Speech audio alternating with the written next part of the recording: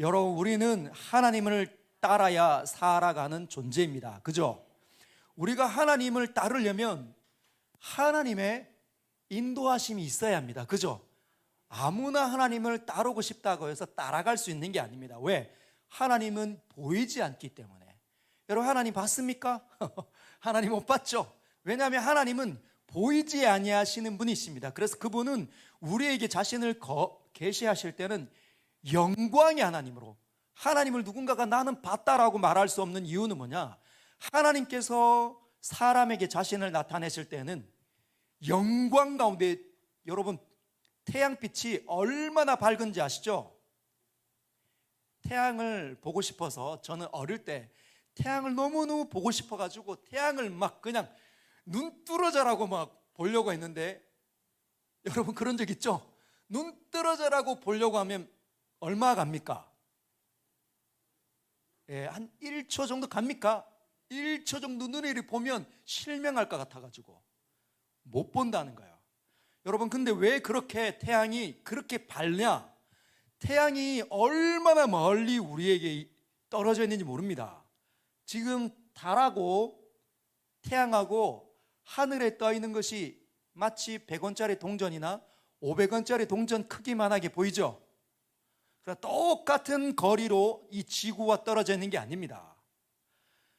달은 얼마 안 떨어졌지만 태양은 얼마나 멀리 떨어져 있는지 몰라요.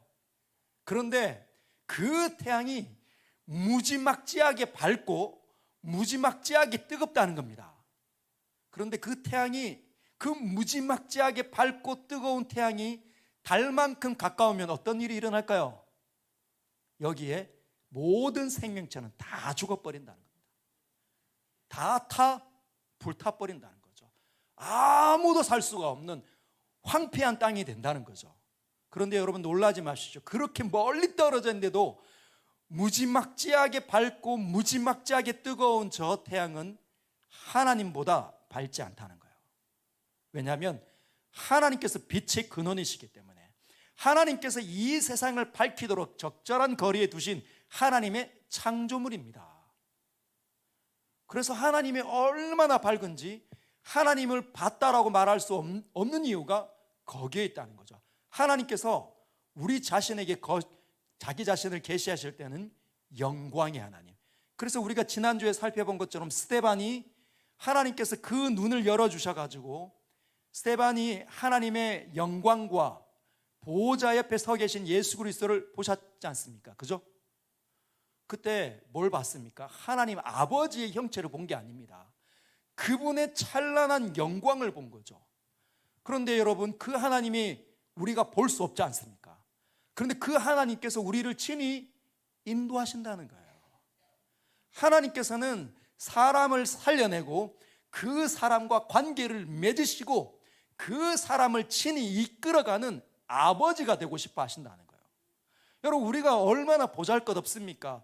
태양도 눈으로 제대로 볼 수 없는 존재가 우리인데, 하나님께서는 우리 같은 연약한 존재를 아들과 딸로 삼기를 원하신다는 거죠. 친히 우리에게 자기 자신을 드러내서 우리를 이끌어가고 싶어 하신다는 겁니다. 그런데 하나님을 어떻게 해야 하나님의 손에 이끌림 받을 수 있을까요? 그래서 필요한 게 뭐냐? 성경이라는 겁니다. 성경이 아무에게나 열리는 게 아닙니다. 성경의 말씀이 아무에게나 마음밭에 떨어지는 게 아닙니다. 성경의 말씀은 누구에게 떨어집니까? 하나님께서 예비한 사람들, 하나님께서 구원하기로 작정한 사람들, 하나님께서 은혜를 베풀어 주시기로 작정한 사람들, 하나님께서 이끄는 사람들은 그렇게 은혜를 받게 되어져 있다는 거죠. 성경이 열리면. 오늘 이 밤에 저와 여러분에게 하나님의 거룩한 은혜가 이 성경을 통해서 반드시 부어지기를 주님의 이름으로 축복합니다. 그냥 왔다 가지 마십시오. 그냥 왔다 가지 마십시오. 오늘 우리가 노래한 것처럼 우리는 모든 것이 주님의 은혜입니다. 주님의 은혜를 깨달으면 이 세상을 살만하게 살지만, 주님의 은혜를 모르면 이 세상이 살만하지 않고 너무 쓰고 너무 힘들고 너무 고달픈 인생이 되는 거예요. 여러분, 오늘 한번 볼까요? 디모데전서 1장에 이렇게 이야기합니다. 우리 구주 하나님과 우리의 소망이신 그리스도 예수의 명령을 따라 그리스도 예수의 사도된 바울, 자기 자신을 지금 뭐라고 얘기합니까? 하나님과 예수를 통해서, 그분의 명령을 통해서 나는 사도되었다, 이렇게 얘기한다는 거예요. 얼마나 놀랍습니까? 자기 정체성이 하나님과 예수를 통해서 나는 여기 있다는 거죠. 여러분은 어떻습니까? 저와 여러분들은 하나님이 이 땅에 보내신 사람 맞습니까? 그냥 우연히 엄마 아빠가 만나가지고 내가 태어난 게 아닙니다. 엄마 아빠가 할아버지 할머니 손에 의해서, 또는 좋은 어떤 선배님들이나 고모님, 친척이 사람들을 통해서 중매받아서, 그래서 결혼해서 내가 태어난 게 아니라는 거예요. 하나님께서 저와 여러분이 이 땅에 존재하기를 누가 가장 원하셨다는 겁니까? 하나님. 그리고 그 존재하는 저와 여러분들을 그냥 살도록 그냥 내버려 두지 않았다는 거죠. 어떻게? 예수 믿는 사람, 예수 믿게 교회로 인도하셨다는 겁니다. 예수 믿게 교회에 와서 예배드릴 수 있는 사람으로 만들어 놓으셨다는 거예요. 하나님을 만날 수 있는 하나님의 사람의 길을 열어주셨다는 겁니다. 할렐루야. 이것이 우리의 정체성이라는 거죠. 그래서 우리가 예배할 때 이곳에 하나님이 임재하시고 우리를 만나시고 우리의 기도에 응답하시고, 우리의 이 얼마나 보잘것없습니까?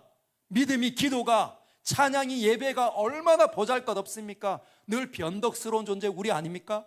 그런데도 불구하고 우리의 예배를 받으신다는 거죠. 그런 자신감이 우리에게 있어야 합니다. 한번 따라해 볼까요? 나의 예배를 하나님께서 기뻐하신다. 진짜 기뻐하십니다. 진짜 기뻐하십니다. 그래서 영원한 나라가 열리는 거죠. 그런데 그 바울이 이렇게 얘기합니다. 자, 나는 하나님과 예수의 명령에 따라 사도가 되었는데 믿음 안에서 참된 아들 디모데에게 편지한다. 지금 디모데에게 편지하는 내용이 디모데 전서입니다. 근데 이렇게 되어져 있어요. 디모데를 향하여서, 지금 편지를 받는 디모데를 향해서 참된 아들이다. 자, 여기 퀴즈입니다. 여러분, 디모데가 바울의 진짜 아들이다, 손 들어보세요. 아니다, 손 들어보세요. 나는 잘 모른다, 손 들어보세요. 여러분, 바울의 참 아들이라고 이렇게 표현을 했는데 진짜 아들이 아닙니다. 언제? 사도 바울이 세계 선교 여행을 다니다가 루스드라라는 곳에서 만난, 그때 진짜 어린 아들이었어요. 어린아이였습니다.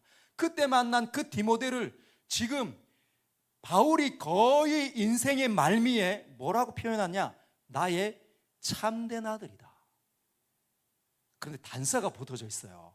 피도 하나도 안 섞인 사람을 내 아들이다 이렇게 얘기합니다. 단서가 뭐죠? 2절 같이 다시 읽어볼까요? 시작. 믿음 안에서 참 아들 된 디모데에게 편지하노니. 거기까지. 뭐 때문에 참 아들이라고 얘기합니까? 믿음 안에서.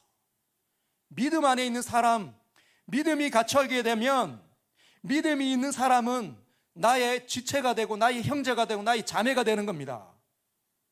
피 한 방울 안 섞였는데. 옆에 계신 분 한번 보십시오. 사도 바울이 말한 것처럼 피 한 방울 안 섞인 사람이 그 디모데가 나의 아들이다 얘기한 것처럼 앞에 계신 분, 옆에 계신 분이 피 한 방울 안 섞였죠.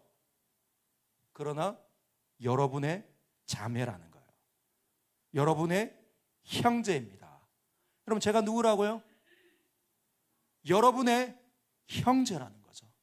누구만 볼 수 있어요? 믿음이 있는 사람들은 볼 수 있습니다.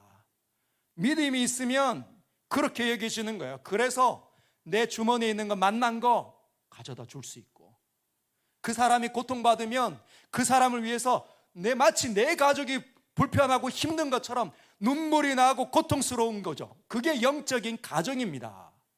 할렐루야. 하나님께서는 옆에 사람을 지금 너의 가족, 너의 형제로 받기를 원하신다는 겁니다. 여러분, 가족은 삐질 수 있죠. 가족이 삐집니까? 가족이 삐집니까? 안 삐집니까? 삐지잖아요. 그러나 가족이 삐지고 갈등이 있고 그래도 남이 됩니까? 안 됩니까? 남이 안 됩니다. 교회 안에 있는 사람들, 여러분 가족인데 삐지는 일 일어납니까? 안 일어납니까? 일어난다니까요. 섭섭합니다. 내가 얼마나 잘해줬는데 내 마음을 몰라주고 나에게 가시돋친 말을 내 지체가 나에게 한다니까요. 근데 문제는 저와 여러분들이 믿음 안에 있어야 형제 자매 노릇 한다는 거예요. 믿음 안에 없으면 어떻게 됩니까? 남 되는 거예요.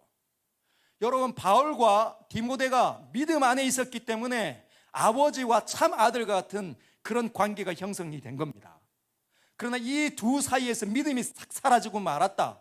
그럼 뭐가 되는 거예요? 남이 되는 거예요. 아무것도 아닌 일로 서로 마음이 섭섭하게 되고 불편하게 되고 삐지게 된다는 거죠. 그러나 여러분, 저와 여러분들은 하나님 아버지께서 우리를 형제와 자매로 만들어 주셨다는 걸 꼭 기억하시길 바랍니다. 예전에 제가 2021년에 처음 왔을 때 잠깐 미국에 있었던 그 일을 나눴는데 기억이 못 하실 것 같아서 다시 한번 나누려고 합니다. 제가 그때 대학생 때 미국의 호텔 지배인이 꿈이어가지고 호텔 연수하러 갔습니다. 대학생 때. 근데 거기 갔는데 한국인이 거의 살지 않는 동네인 거예요. 한국인이 거의 없습니다. 있을지는 모르겠지만 제 눈에 한 번도 본 적이 없어요. 한국인이 없다는 말은 신앙인인데 제가 열정적인 청년이었는데 한인교회가 없었다는 걸 의미해요. 한인교회에 가서 한인들 만나서 김밥도 먹고 비빔밥도 먹고 가끔씩 맛있는 것도 먹고 그 사람들의 위로도 받고 해야 되는데 그 일이 없었다는 거죠. 제 주변에 머리가 노란 사람만, 머리가 까만 사람들만 주변에 살고 있었다는 겁니다. 그래서 현지 교회를 갔는데 현지 교회 가니까 100명 정도 남짓된 그 사람들이 모여가지고 예수님을 예배하고 있었습니다. 근데 그 사람들이 저를 볼 때마다 뭐라고 부르냐면 하이 세븐 이렇게 불렀어요. 여러분, 제가 이름이 정기 7 아닙니까? 제가 정기 7이라서 제가 뭐라고 호텔을 그 네임택에다가 이 명찰에다가 세븐정이라고 이름을 지었습니다. 정기 7일로 해야 되는데 7이라는 그 이름이 제가 너무 싫어서 제가 대학생 때 7이라는 이름이 너무 싫더라고요. 선생님이 정기 철이야 7이야라고 부르는 그 현장이 너무 싫어서 제가 세븐정이라고 불렀습니다. 이름했더니 저에게 늘 그 현지 교인들이 저를 보면서 하이 세븐이라고 부르고 또는 어떤 사람들이 저에게 뭐라고 하냐 하이 마이 브라더 얘기했어요. 브라더가 뭔지 아시죠? 내 형제예요. 내 형제예요. 한국 교회에서는 우리 믿는 남자를 가리켜 뭐라고 부릅니까? 형제님 이렇게 하죠. 요즘에 좀 나이가 좀 지긋하게 되시면 아무에게나 그냥 집사님이라고 얘기든지 아니면 장로님이라 하지만 남자를 가리켜 원래 교회에서 명칭이 형제, 여자를 가리켜 뭐라고 불러요? 자매님. 우리는 호칭이 돼버렸어요. 자매님, 형제님 하지만 미국 사람들은 호칭이 아니라 실제로 그렇게 부르더라고요. My brother 하고 만나면 늘 안아주는 겁니다. My brother 하고 늘 안아주는 거예요. 너무 위로가. 한국 사람이 없는데 그 사람들이 저를 뭘로 받아준 겁니까? 형제로 받아준 거예요. 가족으로 받아주니까 그렇게 낯설고 물서러운 곳에서 위로가 되더라고요. 여러분, 우리는 형제와 자매들입니다.